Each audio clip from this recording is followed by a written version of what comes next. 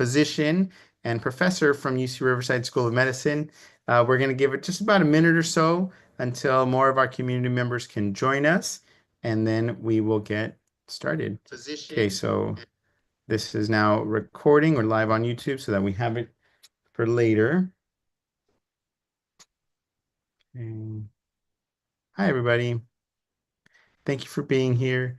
If you need this information in Spanish, we have the interpretation now happening in Spanish. Si necesita la información en español, puede cambiar el idioma de inglés a español a través de las herramientas de Zoom. We also have a simultaneous presenter into Arabic. You would just go into the Zoom tools, change the language under interpretation from English to we don't have Arabic as an option on Zoom. You would have to select Russian. It's strange, but that's the workaround that we have. Thank you for your patience. We'll begin in just about a minute. Thank you, Dr. Zamora, for being here. Thank you for having me. And I'm glad to hear the request from the parents about this topic. Yeah, no, this is much needed. Much needed. So thank you. No problem. And as you see, we've now been able to expand because of requests from parents and hearing from our community members. We don't just have the information in English, we also have it in Spanish, and now we have it in Russian as well to make sure that we're able to reach as many of our community members, spread all of this information, which is so crucial for being able to help our parents guide their children. So it is 5:03. Let's go ahead and begin. So thank you for everybody who is joining us. Our presentation today is Raising Physically and Mentally Healthy Children. Our guest expert today is Dr. Jennifer Zamora. I'll let her introduce herself in just a bit, but I wanted to just welcome everybody and say thank you on behalf of the Board of Education of Alvord Unified School District for being here, for spending some time with us. I know that it might not seem like a lot, 30 minutes here, 40 minutes there, but all of that time that you're investing in really making sure that you're as best prepared as you can be to guide your child to healthy milestones in their lives, to know how to navigate the school system. Decades and decades and decades of research prove that children whose parents are more active in their education, they just fare better in school and in life. So thank you for the work that you're putting in and the time that you invest in your children with us. We do have in this session is being recorded, so if you need to step out and leave for any reason, feel free to do so. This is available on our Alvord YouTube page. We also have simultaneous interpretation happening now. Si necesita esta información en español, a través de sus herramientas de Zoom, puede cambiar el idioma de inglés a español. Verá una esfera que dice Interpretation o una opción que dice Interpretation. Hay que cambiar el idioma de inglés a español, Spanish. If you need this information in Arabic, we also do have Bayana. Thank you, Bayana, for being here.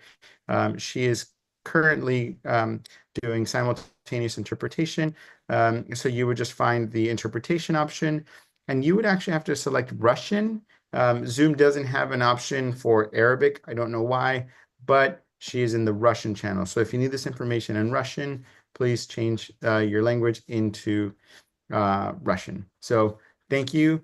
And with that, I'd like to introduce Dr. Jennifer Zamora, resident Alvord community member, lives in Riverside. Her husband is a teacher in Alvord Unified School District, is a fantastic teacher, been here for a very long time, and is a physician at UC Riverside. So she loves Riverside City, Alvord community, and she just wants to make sure that partners with the school district to make sure that you are as best equipped as you can be from a physician standpoint for the healthy rearing of your child. So with that, Dr. Zamora, thank you and welcome.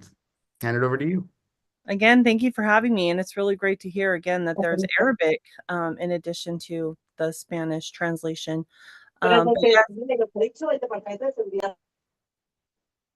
been helping the Alvord community for the last 20 years, actually, since my husband's been a teacher there. I will go in and help teach classes and do health fairs. So that's very exciting. So yes, this actually comes as a request from the parents about raising physically and mentally healthy children. And I put the basics here because it's so broad and vast, all the things we can get into.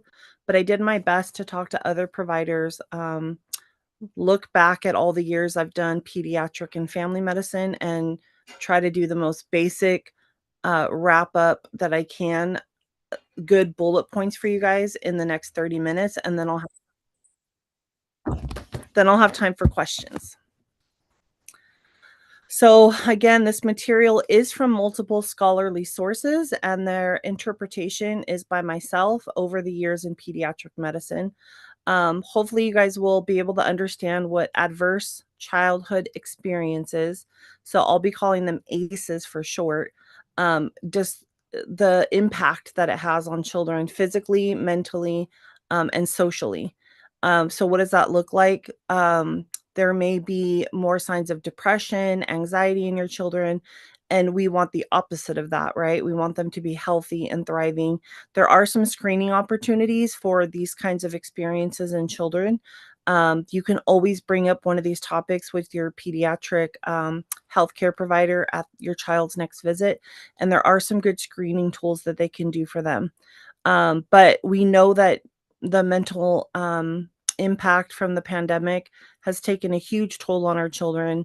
The suicide rate has actually gone up because of increase comparing on social media, Instagram, things like that. And so I just want to make you guys aware of parents to empower you. There's times you literally just need to pull the phone and the social media away from them. And then we're going to focus on the importance of nutrition and exercise. And there is a slide on sleep as well. But what are some of the biggest things that affect health in children?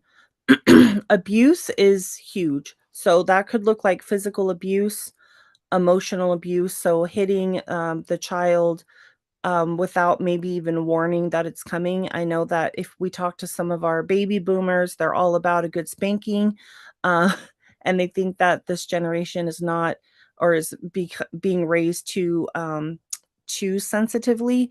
But honestly, if you're just hitting your child out of nowhere, they don't understand. If you're doing it out of anger, then that's not good. The emotional, like calling names, labeling them, is something that could stay with them lifelong. Um, and then obviously sexual abuse would be very harmful to the child.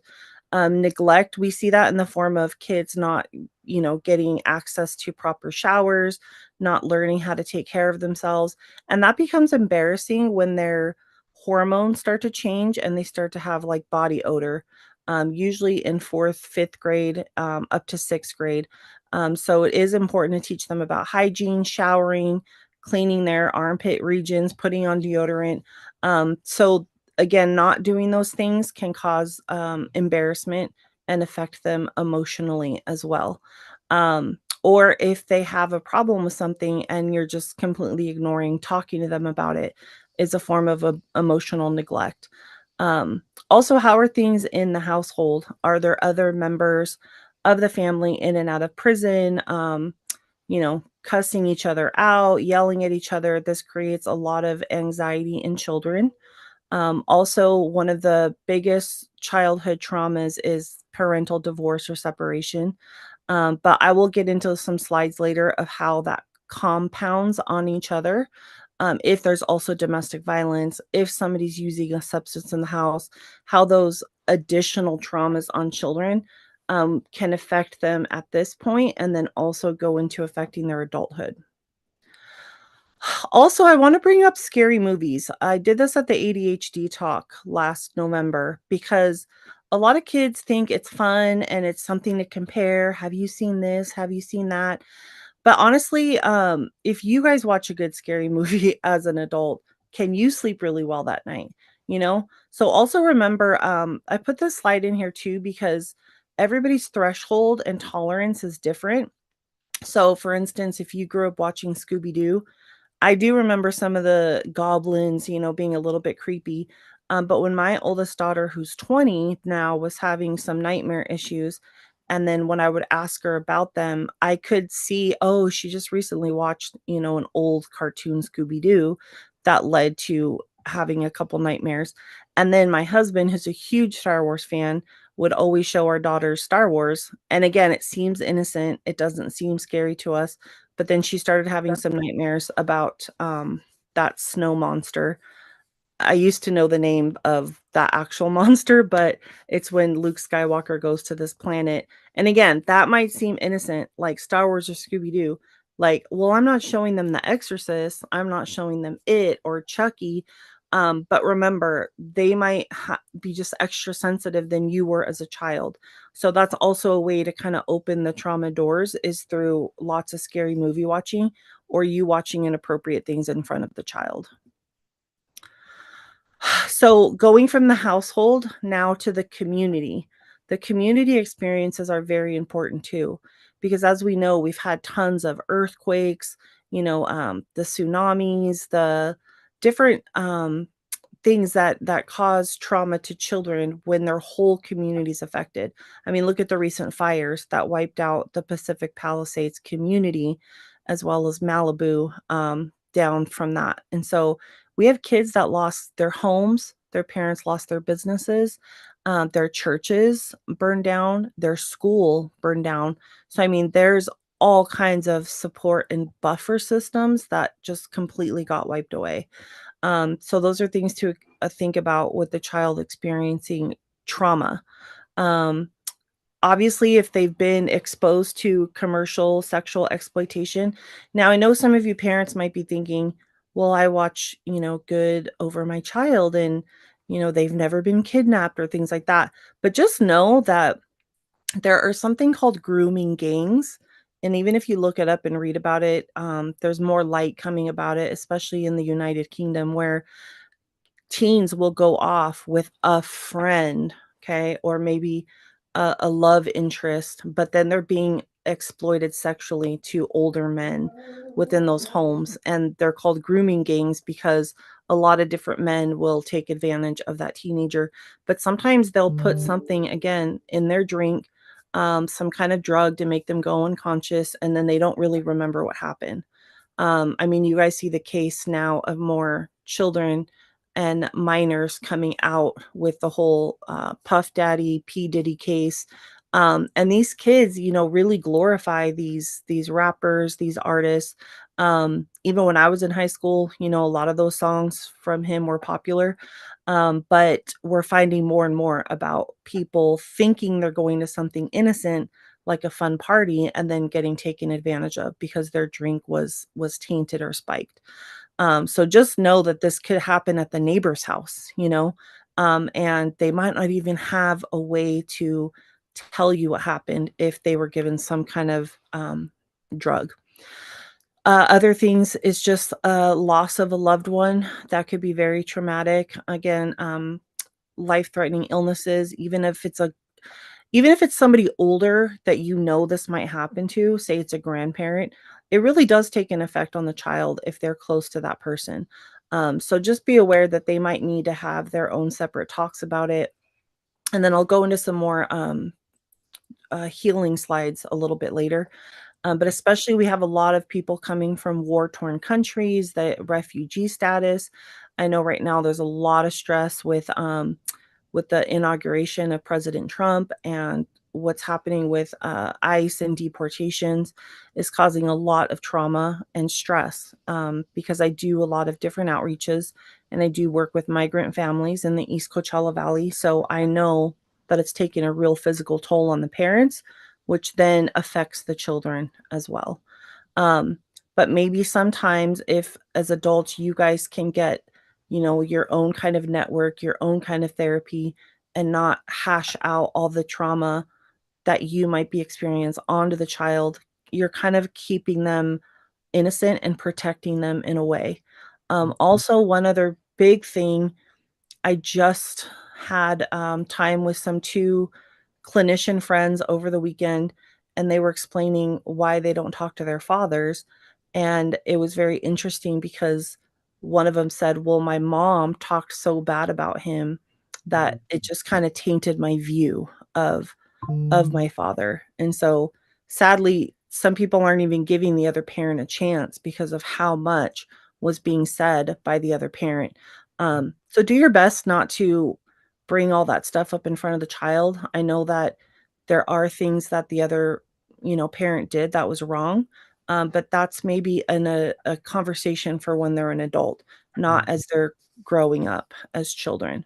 Uh, Dr. Demora, I do have, well, a lot is going through my mind right now with everything that you're bringing up. But I I guess, know it's a lot.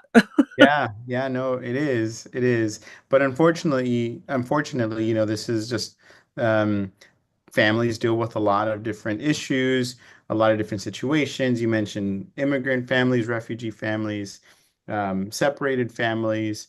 I guess the question that I have is, how do we help our children through this? How do we guide through this? Or is that what you're going to get into? Because this is just kind of like, this is stressing me out. And my daughter is, she's older. I still, she's 19. She's living Yeah. on her own, but I still am concerned about a lot of these issues. So are you Well, going to? so still, yeah, we still have to get through some of the problems we're currently Okay. dealing with.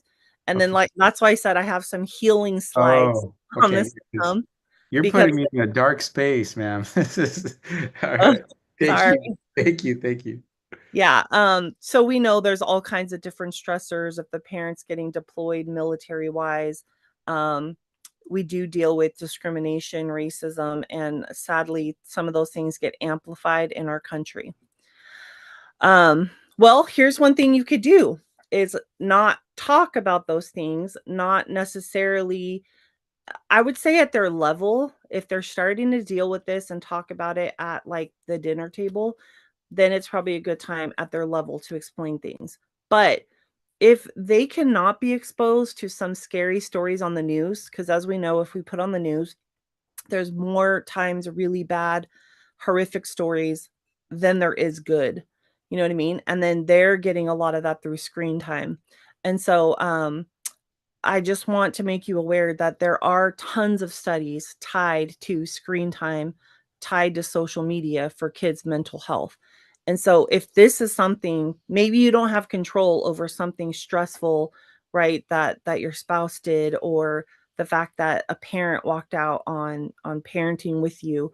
Um, but you sure can take the phone away like at 8 p.m., 8:30 for them to have a good bedtime sleep. So that's what I mean. When I get to the slides about compounding trauma, there are some things where you can play a role. And that's getting them to play outside, using their imagination more. I'm really about like art and drawing. For the girls, I'll get them, little journals to write in. All of that's really important to just get time off of the screens. Um, so when somebody goes through a stress, it could be a brief elevated heart rate. Okay, there's some levels in stress hormone, but if they're getting that love and security back from the parent, again, that's another way to step in is listening and being loving, then they go back to their normal. If it's going on for some, serious amount of time, then again, those relationships and being supported and listening to them is another good buffer. What's hard on their little bodies is if it's prolonged activation of stress, and they don't have those relationships to fall back on or somebody to just listen to them. So sometimes if it's not a parent around, it might be a grandparent, it might be an aunt, it might be like a good babysitter, it might be a teacher that they get that positive relationship from. And so that will help them avoid some toxicity. But hopefully, as you guys all are caregivers on here and you care about a certain child in your life, you could be that positive relationship. Now, I'm not going to go through every bullet. That's why I wanted to make sure you guys could have access to the slides. But it is important to see how things affect our kids neurobiologically. So it actually the developing brain happens until 24 to 25 years old. Well, these kind of stressors, multiple stressors, long term, can affect their memory. can make them have attention deficit problems. It's hard for them to learn if they're constantly in a state of stress. They might come out very aggressive. And especially as they're heading into puberty, girls might get way more sad and cry a lot more and have emotional mood swings. And boys usually tend to show more anger and aggression. But watch, what they're doing. Are they just roughing around with a friend, or are they increasing to hurting an animal, or just being really physical, like punching walls? I've seen some teenage boys do that, and then I have to send them to orthopedics because they fractured their hand. So look out for those kinds of increasing levels of neurobiological stress. Also, when you start to have stress, you're affecting hormone regulation. So a lot of people can deal with increased weight, obesity, eventually develop into heart disorders. And if that runs in the family, that can trigger the type 2 diabetes, being under chronic amounts of stress. Immune systems can be affected, so they're not able to come back to baseline. If they have a constant chronic inflammation, that can lead to autoimmune disorders, cancers, again, heart issues. And then genetically, if we have constant generational trauma coming down to the kids and they're not getting buffered in a certain way, that can continue to lead into the next set of generations to affecting their kids pretty much. So again, I broke it down, and again, you guys can actually click on any of these live websites, but you could see from infancy to school age to adolescence, okay, to adulthood. And notice the the list is a little bit smaller in infancy, so they're not growing as well. They might not have good sleep. But then in school age, it could show up, with more learning difficulties, new onset diseases happening. And then adolescence, the list is growing, right? And then we have a longer list for adulthood if things are not intervened and taken care of. And then you could see down to the bottom of the adult list how then it can go into generational parenting problems for them, and cause same patterns of abuse to affect the next generation. Don't worry, we're getting to those healing slides, but I just want you guys to see the effects of the toxic stress leading to mood and relational problems. Then PTSD, sometimes there's high school dropping out. Sometimes at that point, some kids enter juvenile hall because they did something that broke the law, but they're, not old enough for the prison system yet. And then going into their own parenting problems, domestic violence, depression, things like that. And so it's basically just a vicious cycle affecting each other. And then again, hopefully you guys can click on these slides to look at the ACEs. So if you have 1 trauma versus 2 versus 3 versus 4, so you'll see the purple and then the blue. The more traumas there are, the more prevalence, the higher amount of chronic diseases, mental health problems, and later in life as workers, how much it affects them on the job. With each different trauma, it just compiles and affects their life more as in adulthood. Okay, so here you go, Dr. Cisneros, healing. Instead of like, what's wrong with you, shift to what's happened to you. Now, therapy is excellent. There's different types. I had to have my youngest daughter in therapy because she got an autoimmune disorder, and inflammation affected her brain, causing severe phobias and severe anxiety. And she actually went into a food swallowing phobia where she wouldn't eat for weeks. And so it was really, really scary. So I have been down these roads, but that was because of an autoimmune issue. I couldn't imagine if, we as parents couldn't be there for her during that time.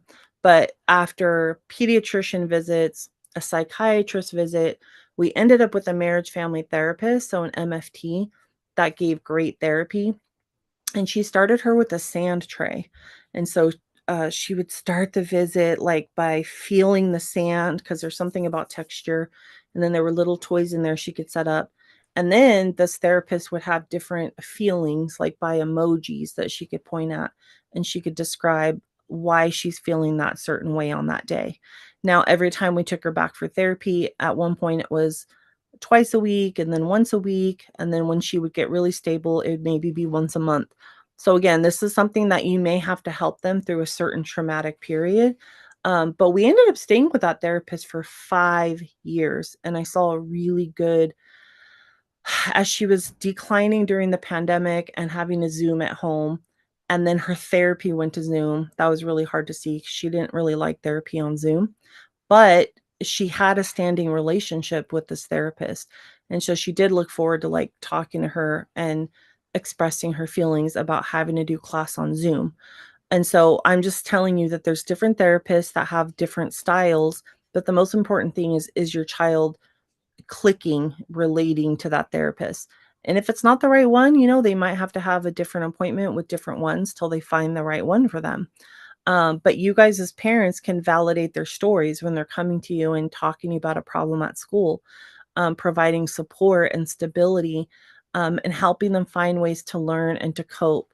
And I know this sounds silly, but like a few weeks ago, our oldest daughter was having some stress about, even if it's a good thing, graduating from college early is a good thing, but it was starting to stress her out because that means law school's closer to around the corner, right?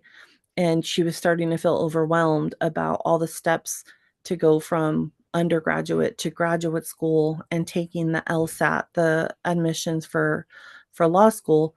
It was so cute because at the end, he's my husband, who he introduced. He's one of the teachers at Alvord, and I think he's a great teacher at Orlanza Elementary School for Alvord. He's like, "Well, what'll make you feel good right now? You want some ice cream?" And she's like, "Yes," and got a big smile. And so we went out, and at first we were calling her from Cold Stone because it was closed, and then we went to Cherry on Top because she could quickly change her mind. But that brought a big smile. So again, even if your child has crossed into adulthood and they're still having a hard time with something, it's important that they're sharing it with you. And then is there a way that we can like bring some joy right now in this moment? So ice cream, obviously, you guys, still goes a long way for some people. Okay, but obviously not too much ice cream, right? Or too much sugar. And so one thing that can stress a little body out is a lot of processed foods. So just sometimes cutting down on processed sugar, increasing the fruits and veggies to 5 a day. So I always try to tell the kids, try to have 5 different types of colors in their fruits and veggies, because then they're getting all kinds of different vitamins and they're actually getting antioxidants in their body, which that fights diseases, it fights inflammation, it fights cancer. And so if you guys can see the old food pyramid from the 1970s, at the bottom had a lot of like starchy grains and things that would turn to sugar right away. Well, now if you notice the jump, that's supposed to be the least amount of food that you're consuming. So some of us were trained and raised. I was raised in the 1980s where we were always stuffed full of breads and cereals and things like that, right? As like the majority of our food. But now it actually should be more fruits and vegetables. Okay. And then you want to add protein because that helps the body stay satisfied longer. It keeps the blood sugar most steady. And then your processed grains and foods should be the least amount during the day. And then obviously any type of movement or exercise is very important. That's why I know my husband just got selected to be a soccer coach. I see the school district coming up with a lot of different activities and clubs for the kids. I mean, he does a Lego club, he runs a Good News club. Now he's about to do soccer. He does a yearbook club. So there's a lot of ways for kids to get involved and get into a small community that's supportive for them, but also to get outside and exercise. I know other teachers do gardening clubs and things like that. Dr. Zamora, sorry to interrupt you. We have a question from Allie that says, what can you do if you have a really picky eater that won't eat many foods? Yeah, because, nutrition is important. You just spoke to it. But we have kids who, my daughter for a time, all she wanted to eat was chicken nuggets. And when I was little, all I wanted to eat was chicken nuggets, right? Yeah. How do we help our kids through that? So I had two nephews that were horribly picky. If you left it up to them, they'd only eat 2 items a day. So there's ways around it. There's a cookbook actually called Deceptively Delicious, and it's a way to get all these nutritious items like baked within brownies, for an example. And there's actually a lot of good vitamins and veggies in there. What my sister did is, I thought it was pretty wise. She juiced them. So pretty much everything you see in the vitamin C category, she would juice a lot for them. But if they saw that it had green, right, they didn't want anything to do with it. So she put it in a colored cup and she'd put lots of citrus and oranges in there. So it tasted like a really good, sweet kind of juice, not like that it had veggies in it. And she would make them drink one every day, but they actually looked forward to it and they didn't fight her on it. Now, some kids might not uh they might be picky, yeah, even about taking their Flintstone vitamin, but if you do like a gummy, just have them brush their teeth afterwards because we don't want them getting cavities. Gummy vitamin instead, at least they're getting some of the basic vitamins in there. Um, and that, again, you can add like fish oils that are purposely put with lemon so it doesn't taste fishy. It actually tastes like a lemonade feel, and then squeeze that in their juice or whatever that they're drinking. Um, I I have a hard time with dairy now because my youngest daughter was also diagnosed with a lactose deficiency. And so she's very cautious because she knows she'll get bloated, her tummy will hurt if she has straight milk. But I did try to switch to almond milk, oat milk, see if there's something different. And if you guys see, those milks still have a lot of good calcium in there. Um, but she will do eggs. She will do some cheese here and there, but she has to take her Lactaid with it. So again, you sometimes have to deal with either an intolerance, an allergy, just find other ways to supplement that in.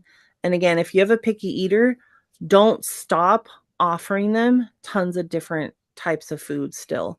And it still will help to sit at the table together as a family and them to see you guys eating the food or their siblings eating the food. And even if they're just like, just scooting it around on the table, taking a bite here and there, it's still peer pressure. It's still going to help them try new things. But don't always, yeah, give in and just warm up the same thing over and over again, because they can get burnt out on that food too.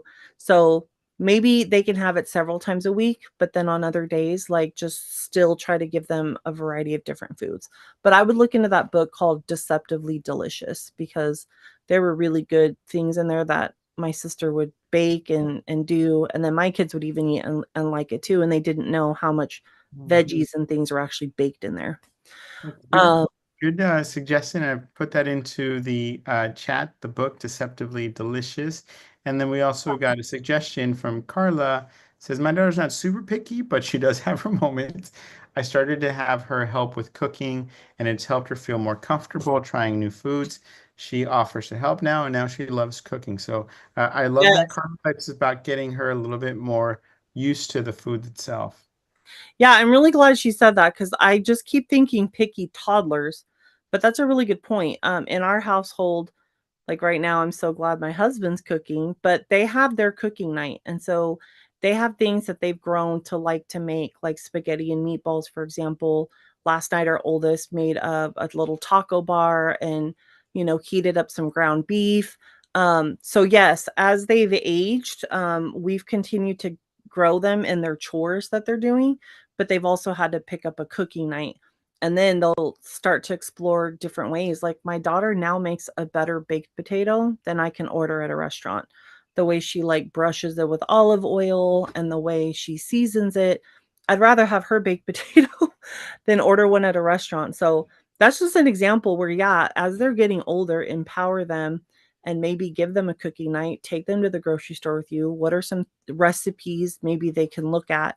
Or you teach them something of how to cook, and then they're responsible for that Tuesday night every week or whatever night it is. Maybe it's Friday. We had to move the cooking day for our daughter who just got on the soccer team at her school. And so she was Thursdays and now she's Fridays because she doesn't want to mess with her practice schedule. So I'm glad that you did say that. That is important to kind of pull them into the cooking realm, and that should help too. So number one thing too, as far as healing, is love. So positive affirmation and patience. Again, you want them to have good sleep hygiene. Children need between 10 to 12 hours of sleep. Adults, it's usually between 8 and 9. Although I've talked and looked at different studies, some adults, not all of them, some can function at a bare minimum of 6 to 7 hours. But again, that's a small percentage, and they're able to get through their sleep cycles faster. But children are still growing. There's still a lot of chemical processes and growth that they have to do. So if you think about it, when our bodies are resting and recovering, theirs are literally still growing. That's why kids get joint pains at night, because they're called growing pains. So their body's still actually working kind of hard when they just seem like they're resting, because they're still growing. So they still do need that sleep. A lot of times parents don't realize that they're on their phone still, they're on different apps. They might have snuck back out to get back on their video games because it's so addictive. And so we, after a few failed tries, have to take the phone out of our 13-year-old's room and go plug it into our bathroom. And then we'll bring it back in before her alarms. And we got her a separate alarm because that was her excuse. She needed her phone for her alarm. So get a separate alarm to wake them up for school if that's a worry. But it still ends up before the first alarm goes off back in her room. But yeah, you are the parent. You have to take control of the situation.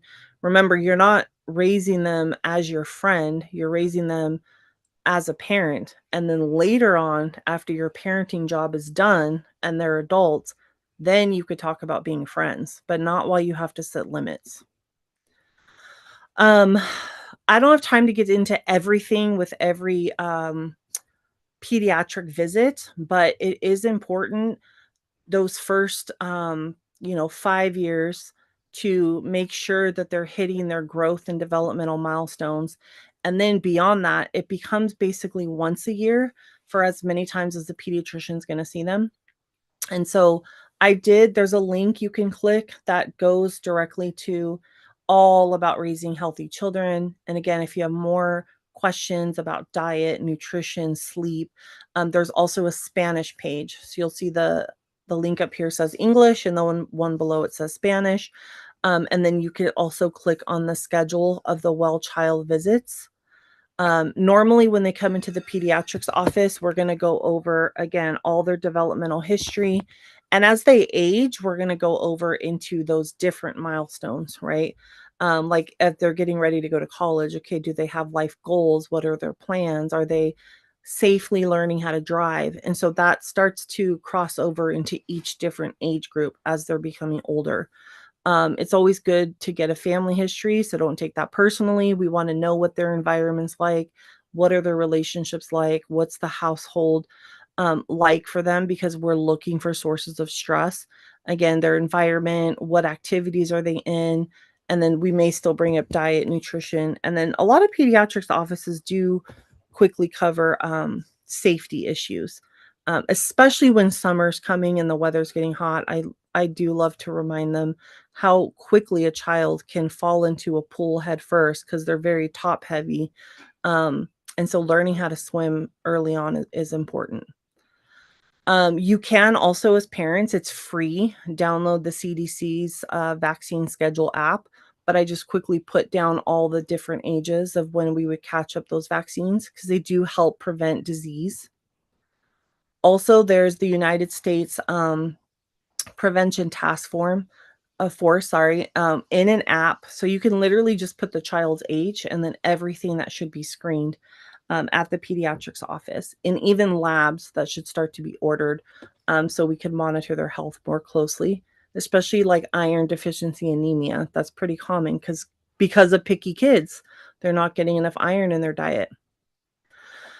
I did this with the ADHD group too, that it's important to uplift the spiritual side, right? We're not just flesh, and we're also a spirit being too. So how do you uplift that? So for some people, like again, enjoying family time, family talking, and then with our household, we try to do a devotional time. So we'll try to do a prayer with the girls. Our 20-year-old will still come over from her room and pray with us in our 13-year-old's room. So that's really nice. Um, or, a lot of children have fears at night. So give them a little prayer that they could say at night, just something that can help them be at ease and rest. And it's something that's bigger than them getting up constantly throughout the night with fear. I also had shared that there's a good news club at Arlanza. I'm sure Dr. Cisneros might know other good news clubs at the different campuses, but they've addressed some topics and they've really encouraged, some good scripture. It says, raise a child in the way he should go, and when he's old, he won't depart from it, from Proverbs. And so sometimes, kids are just so anxious and don't know what to do.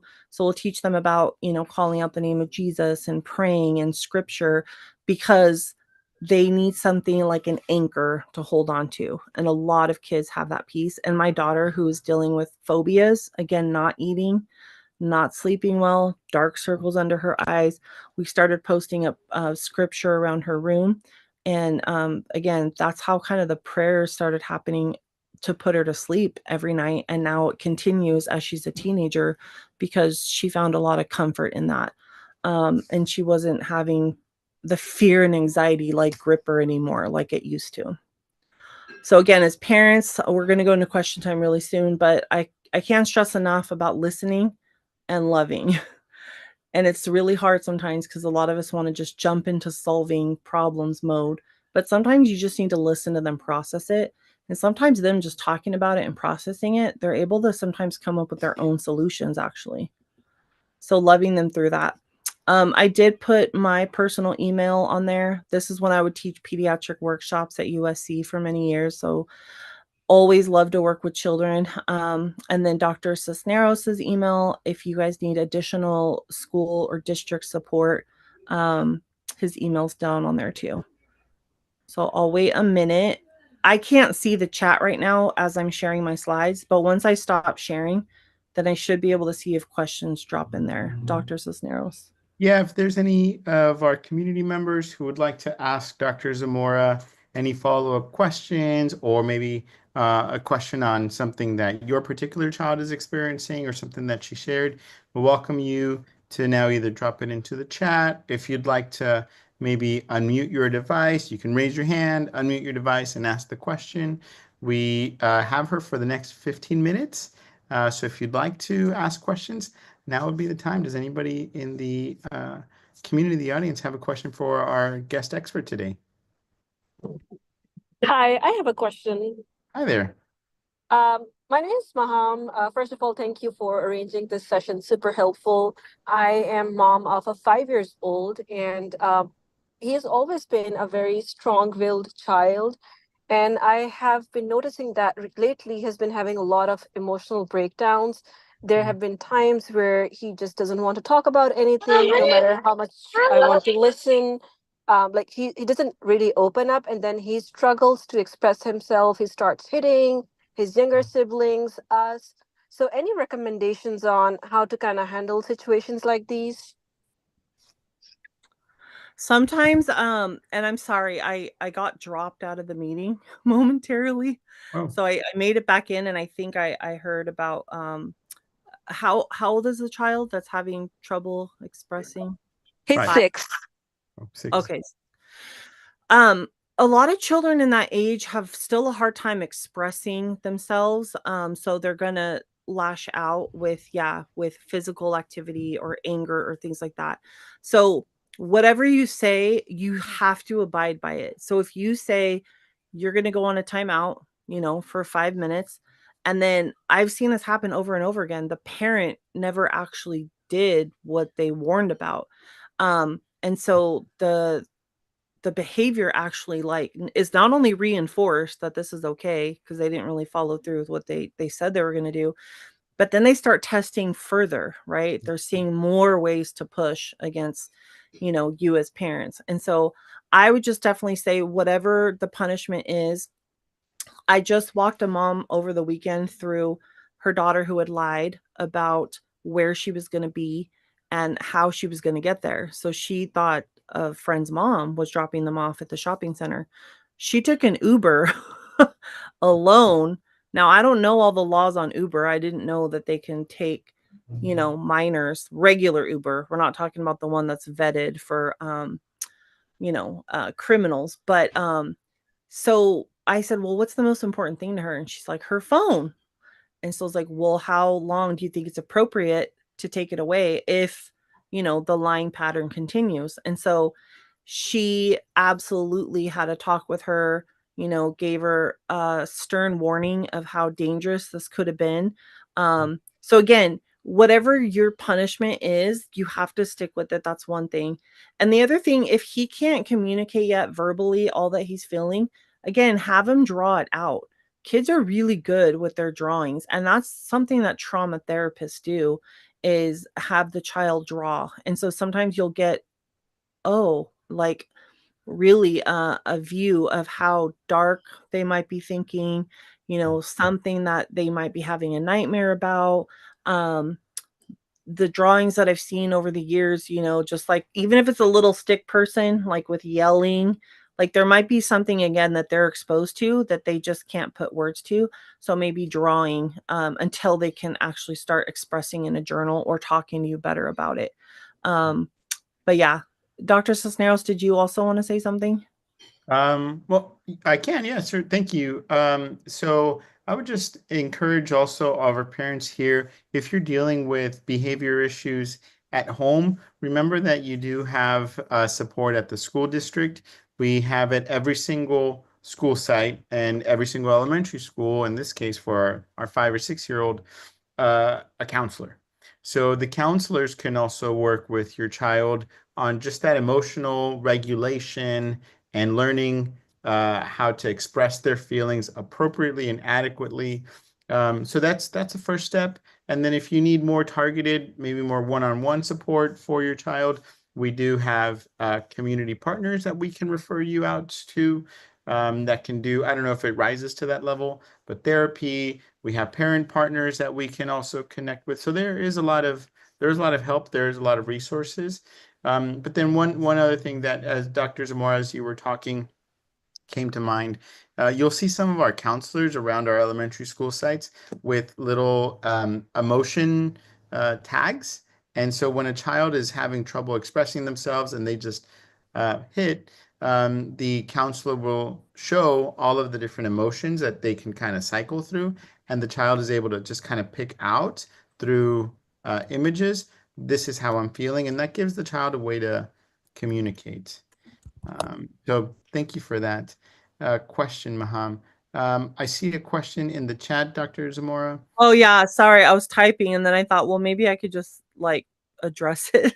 Oh, Um, do you mind if I yeah. read? Let me Well, read it out and then you can address it. So, well, wait, before you switch to the oh, second go ahead. question, I was just going to say that there are counselors that will give you ideas you never thought of, because at one point our 13-year-old who was 6 or 7 threw an iPad down and stepped on it because she was really mad about losing a game, and it shattered the screen, and you're like, what is wrong with my child? You're worried about some, like, is this a psychotic episode, like, but no, she just taught her how to cope with those feelings and that anger, to put it aside, to walk away. And she had like an anger pillow where she could scream into it, she could punch the pillow, right? And she's not hurting herself, but she's getting some of those emotions out. I never would have thought about that. So counselors do have a lot of different training that really help us. Even if we're in those fields or providers, they have different coping skills. Sorry, go ahead and read the next question. No, thank you for that. Lola says, I wanted to point out that trauma does not mean a development of negative coping skills. That's true. Resilience is just better in some, and positive healing with good support changes the dynamic. Anyway, how do you differentiate from reasonable parenting and helicopter parenting? Okay, here's the big thing. You're being a reasonable parent if you're giving them some space to learn. Okay, so we have to get out of the perfect mindset. We have to think about a growth mindset. So perfect as children are, oh, I didn't get that math problem right, I'm so stupid, it's like the end of the world, and they already label themselves. No, you just haven't understood, let's do it again. You haven't learned that yet. And so the power of yet, Y-E-T, means the learning's coming and this will develop. And so helicopter parents, before the child even has time to work out, maybe it's a social problem with their cousin, maybe it's a problem with their sibling. It's like the kids need to also figure out ways to work things out together. And it's you not coming in the middle and trying to buffer them from every little stress. They need to learn how to handle some of those emotions and some of those relationships before you keep jumping in. Now, if they handled it a wrong way, so they socked their cousin, right? Instead of learning how to talk about it, or, hey, okay, I'm really mad that you took away that controller, but you have 10 minutes and then I'm going to have 10 minutes. Like they need to figure out how to like regulate, share, take turns, whatever it is. But if they're going straight into wrestling and fighting, then obviously for safety reasons, you do need to intervene as a parent. That's being reasonable. Yeah. Reasonable intervention is reasonable parenting. That's true. But helicoptering is like they're just so swarmed by you. They're not even like able to some examples I've seen later is like kids don't even know how to handle themselves on the phone because they've never had to call and like make an appointment. And by the time they're 16, 17, they could start doing those practice things. Because then at 18, that doesn't automatically mean they're ready to just go off and be on their own. Yep. You still need to keep checking in with them and helping to develop those skills, right? Before they become an adult. And even between 18 and 24, remember, their brain is still developing. Our society says 18 you're an adult, but technically your brain's still developing and you'll still make some pretty significant mistakes till 24, 25 when that frontal lobe is fully developed and you can really ascertain what are the consequences. And again, if they have a learning disorder or ADHD, it's a little bit steeper of a climb because it's hard for them to control that impulse. But we can have that repeat talk of what I did last November.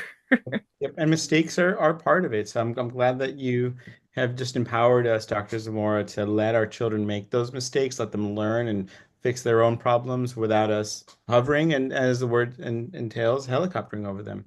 I see Miriam, Marina, you opened up your microphone. Would you like to ask a question, Marina?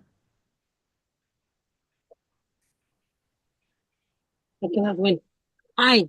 Hi. Hi. Hi, yeah. You know what? My concern is about my son.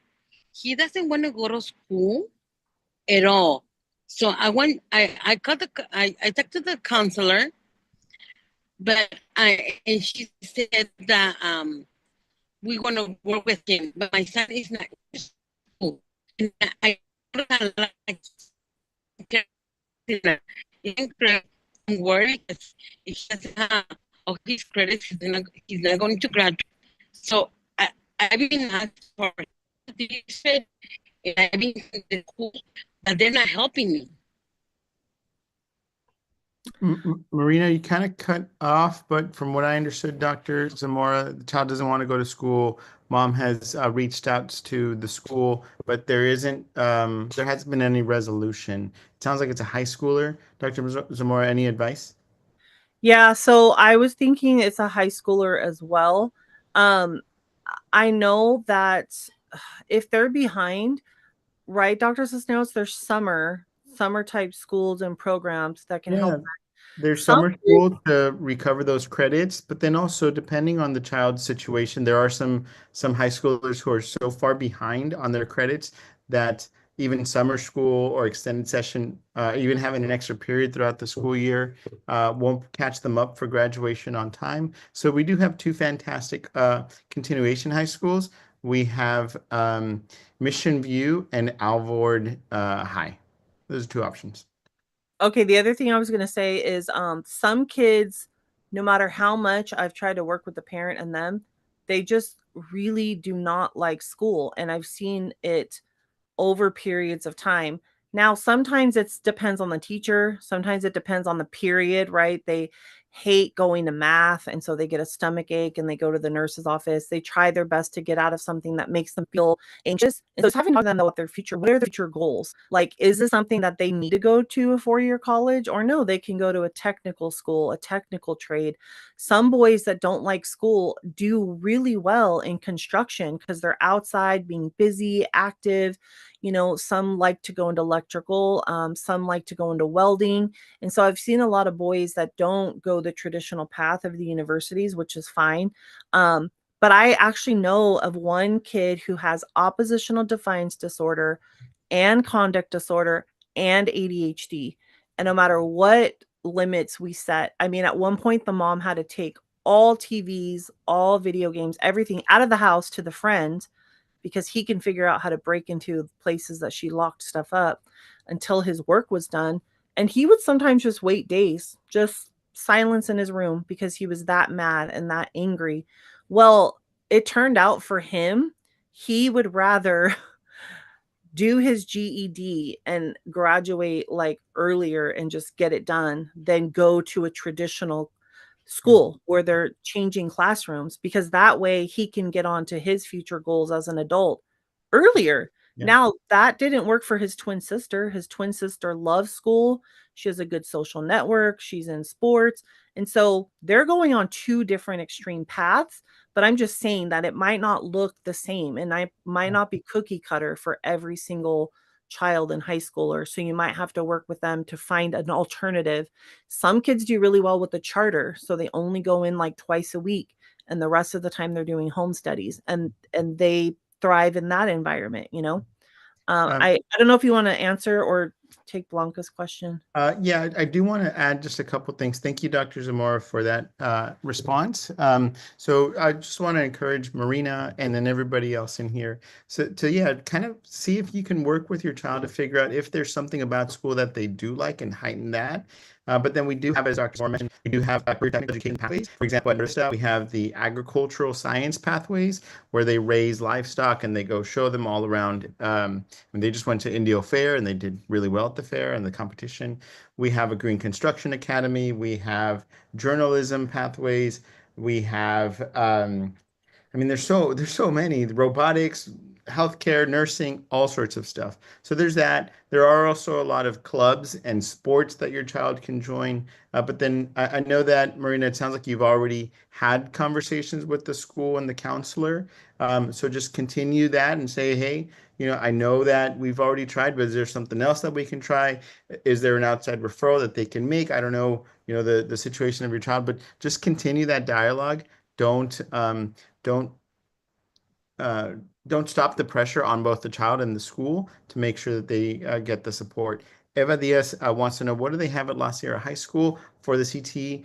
La Sierra High School has a fantastic. They have a really good health pathways, a partnership with Kaiser Permanente, where students can come out of high school, not only with their high school graduation, but then also some sort of healthcare diploma.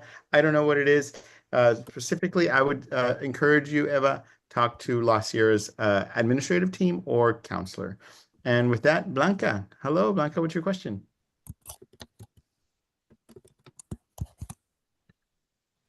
Blanca, do you still have a question? Yes. I'm sorry, you already say it. We have a DLAC meeting yesterday, and the principal from the continuation school that we don't call continuation school anymore. So they changed the name, they changed the everything. So she wants to look at it, because we say like continuation school is like for the kids that they're not doing good at the school. But they talking about all the the programs that they have and everything. So it was amazing. Also, it's amazing. So she can check it out. Like, if he doesn't like the school, I mean, they have the how you say, ellos pueden darle el modo para que él pueda terminar pronto. Yep, there are different. Entonces, sí, now they call Storm, not Rebels. Yeah. So they try to change all the concepts that what the parents have about it. That's right. And as Dr. Zamora said, there are different modes of doing school. And I know that at Alvord Continuation School and Mission View High School, those are alternative settings. There are still CTE pathways, the Career Technical Education pathways, and then students can take classes at a different rate. So it's student by student. So I guess the encouragement would be to just continue that conversation with your child's counselor and principal. It is 6:01. And so one more question, how can parents find out what other courses the high schools offer? I think the best person to go to is the school counselor, your child's counselor. Just go to the front office, say, hey, my child is so-and-so. I would like to ask these questions, and they can direct you to the right person because every school has especially our high schools, over 1,500 students each. There's so many different programs that I'm not the right person to tell you about everything. Just go to the counselor and the front office. They can view all the options. So with that, I'd like to just thank everybody for being here. Thank Dr. Zamora for such a thorough, really comprehensive presentation. Thank you, Dr. Zamora, for the presentation. And then also can and never say thank you enough to Yvonne, our Spanish interpreter and the Spanish interpretation team, Bayana, who is here today supporting our Arabic community members. Thank you, thank you, thank you. Yes, the presentation is linked in the chat. I've just put it in one more time. And the recordings of this presentation is on our Alvord YouTube page. So with that, everybody have a good night. Good night. Good night.